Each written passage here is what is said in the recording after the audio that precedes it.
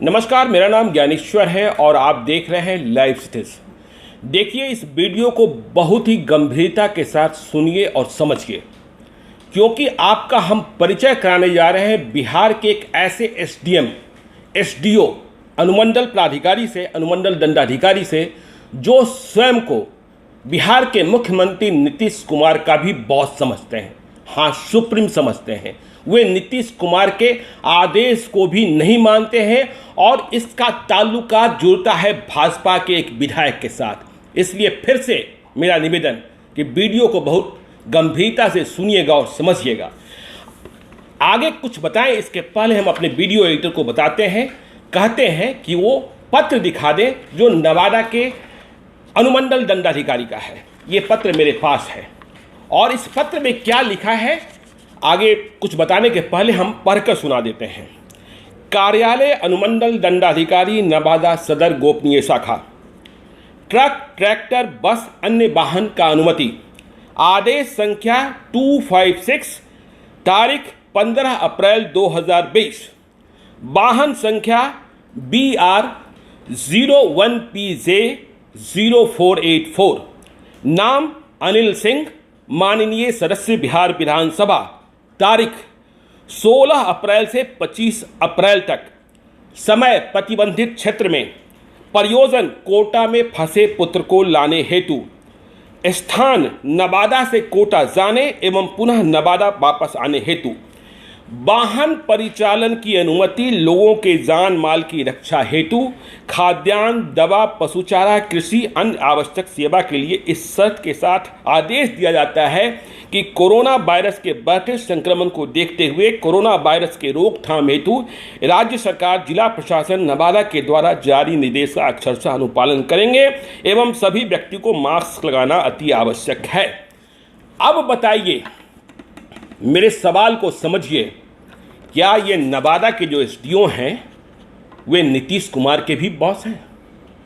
देखिए, नीतीश कुमार जी ने ये कहा कि हम बिहार के बाहर फंसे बिहार के छात्रों को, चाहे वो कोटा में हो, चाहे वो बेंगलोर में हो, चाहे वो पुणे में हो, चाहे दिल्ली में हो, और साथ में श्रमिकों को भी, संख्या लाखों में हो जा सकती है, उन्हें हम बिहार वापस नहीं बुला सकते हैं, क्योंकि यदि हम बिहार वापस बुलाएंगे तो संक्रमण का खतरा है और लॉकडाउन टूटेगा।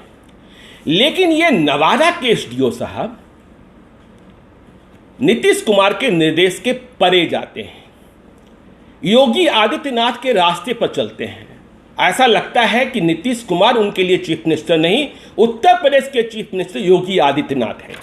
योगी आदित्यनाथ ने जैसे कोटा में फंसे हुए यूपी के छात्रों को लाने के लिए बस भेजा, ये नवादा के एसडीओ साहब, नवादा जिले के एक विधायक, भाजपा के विधायक हैं अनिल सिंह, उन्हें आने जाने की अनुमति दे देते हैं।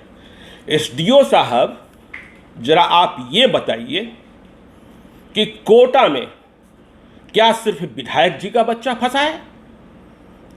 हमने पिछले 2 दिनों से कोटा में रोते बिलखते बच्चों की आवाज आपको सुनाई है, उनके परेशान माँ पिता की आवाज हमने सुनाई है, लेकिन ये एसडीओ साहब को सबसे प्यारे नवादा के विधायक अनिल सिंह जी दिखाई पड़ते हैं।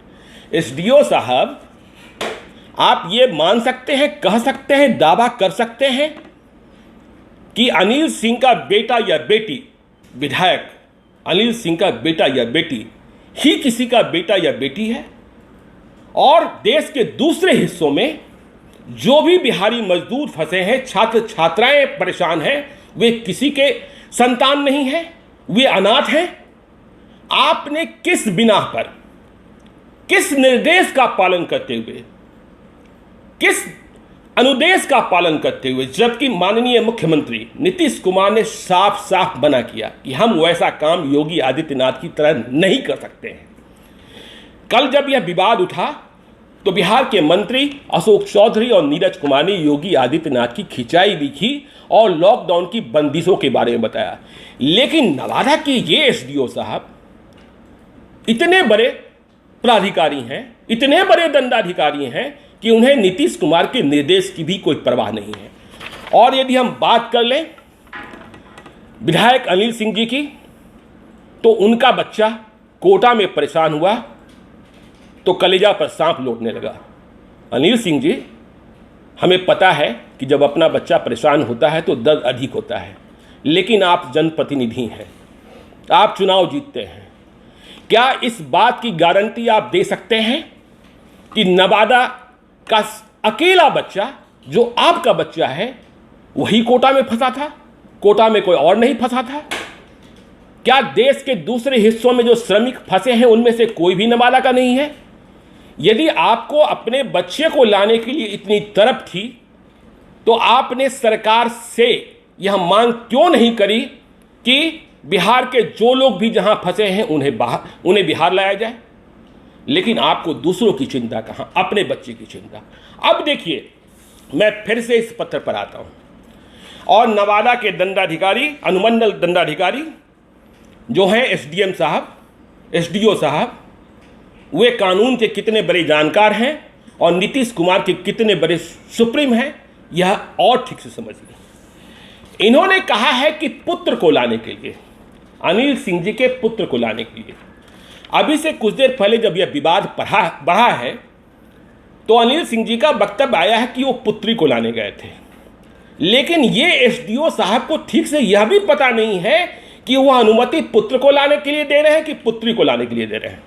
बाहर है एसडीओ साहब। दूसरी बात, इस पत्र में यह बात कहीं से भी अंकित नहीं है कि पुत्र हो या पुत्री उसका नाम क्या है। जब इस तरीके का आदेश निकाला जाएगा, इसका मतलब आपने ठीक से ना अभ्यावेदन लिया, ठीक से ना आवेदन पढ़ा, सिर्फ और सिर्फ आदेश जारी कर दिया। आप इतने बड़े अधिकारी थे, आपको कानून का ज्ञान था, तो आपको जिसके नाम से, जिस बच्चे को लाने के लिए, कोटा से लाने के लिए आप अनुमति दे रहे हैं, उसका नाम तो अंकित करते। नहीं किया आपने। क्यों नहीं किया? जवाब दीजिएगा, जनता पूछेगी। क्योंकि मैं फिर से उसी सवाल पर हूं, हाथ जोड़कर पूछता हूं नवादा के एसडीएम साहब, क्या कोटा में परेशान और हजारों बच्चे किसी के संतान नहीं हैं? उनके माता पिता परेशान नहीं हैं? आपने सिर्फ एक व्यक्ति को चुना और यह चयन भी नीतीश कुमार के निर्देशों को तोड़कर किया। सोचिए कोटा में क्या स्थिति है।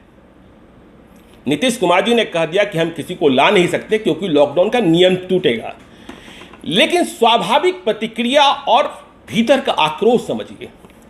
कोटा में जब यूपी सरकार ने बसें भेजी, हॉस्टल्स में जो बच्चे रहते हैं या किराए के मकानों में रहते हैं, तो वहां ऐसा नहीं होता है कि एक ही प्रदेश के बच्चे रहते हैं। कोरोना की चपेट में कोटा है, राजस्थान, जो कोचिंग हब है।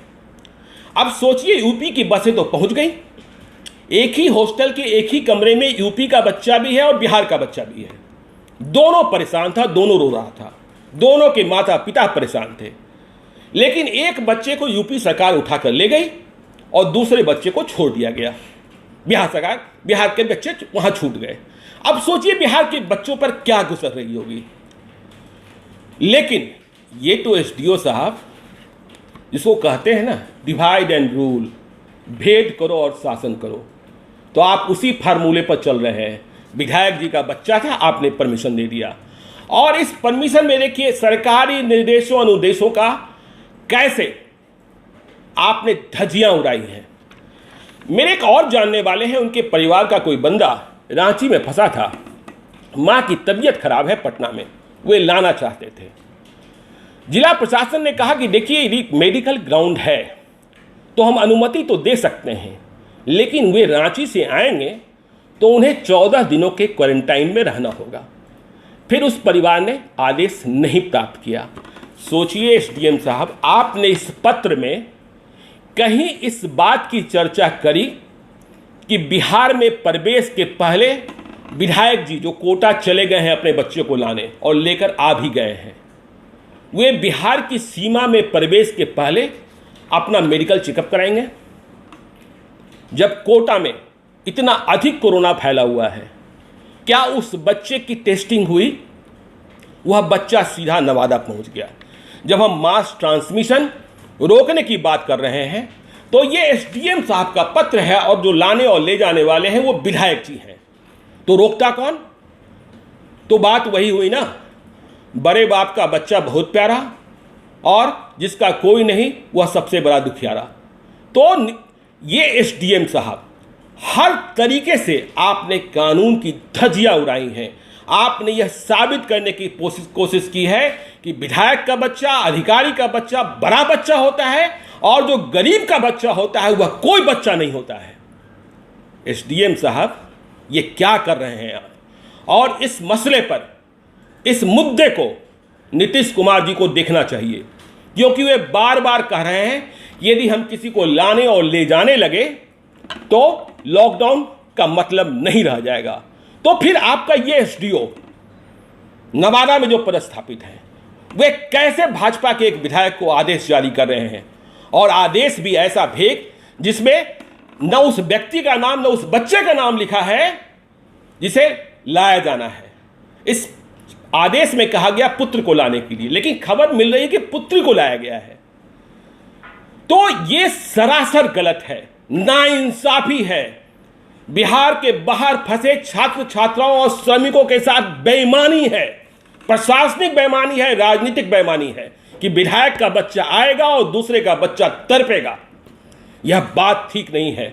और इस मुद्दे को हम फिर से जब हम सोचते हैं और ऑडियोज को सुनते हैं जो कोटा से हमने बातचीत करी परेशान छात्र छात्राओं से या उनके माता पिता से, वे कैसे रो रहे थे, कैसे कोई बता रहा था कि दूध पीकर जिंदा है, कैसे कोई बता रहा था कि सुबह का खाना मिलता है तो शाम का खाना नहीं मिलता है, कैसे माता पिता कह रहे थे कि फ़ोन पर बात करते करते इतनी रुलाई आती है कि मत पूछिए।